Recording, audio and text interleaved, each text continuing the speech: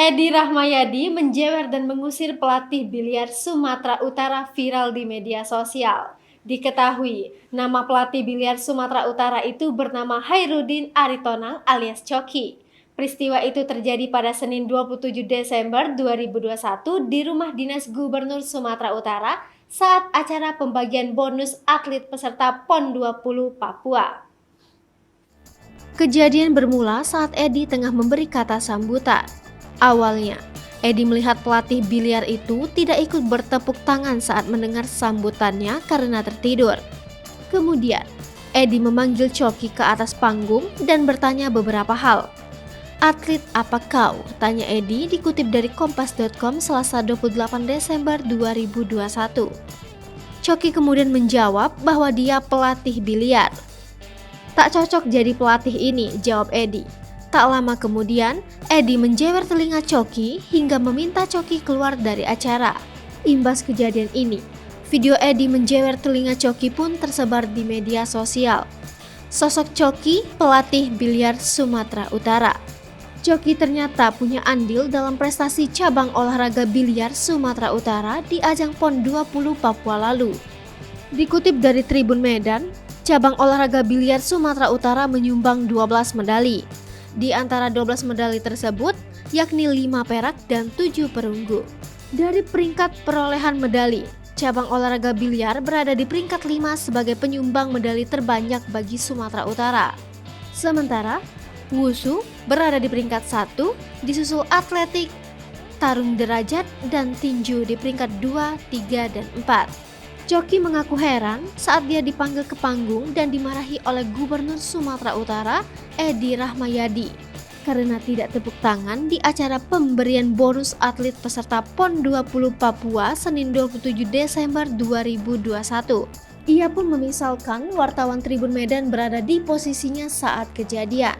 "Kaulah dulu, aku bicara terus semua tepuk tangan dan kau tidak, terus kau kupanggil.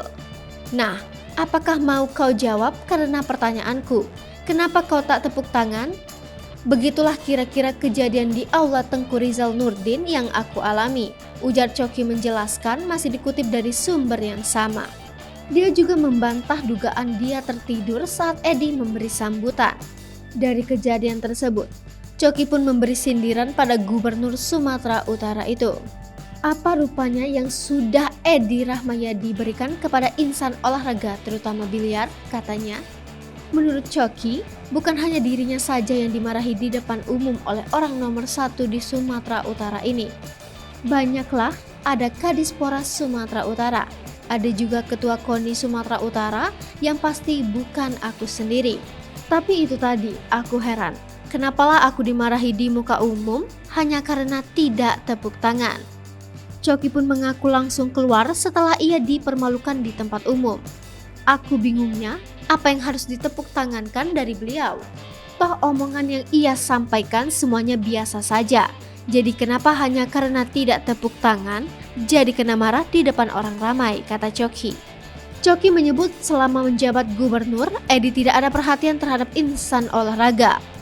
"Tidak ada perhatiannya, terutama kami di biliar, apa yang sudah beliau beri? Nggak ada. Sehari-hari pun tidak ada perhatian kecuali saat ada event nasional seperti PON." Selain itu, Coki juga mengaku pernah menjadi pendukung Edi dalam pemilihan Gubernur Sumatera Utara 2018. Ia menceritakan, dia ikut dalam kampanye pemenangan tim sukses Edi. "Waktu itu, saya salah satu pendukungnya. Saya juga ikut memilih dia 4 hari 5 malam selama lebaran, saya nggak pulang hanya untuk kampanye untuk beliau." Harapannya, Sumatera Utara berubah, bermartabat. Ternyata sikap seorang gubernur ini tidak menunjukkan Sumatera Utara itu bermartabat. Ujarnya dikutip dari Tribun Medan Selasa 28 Desember 2021.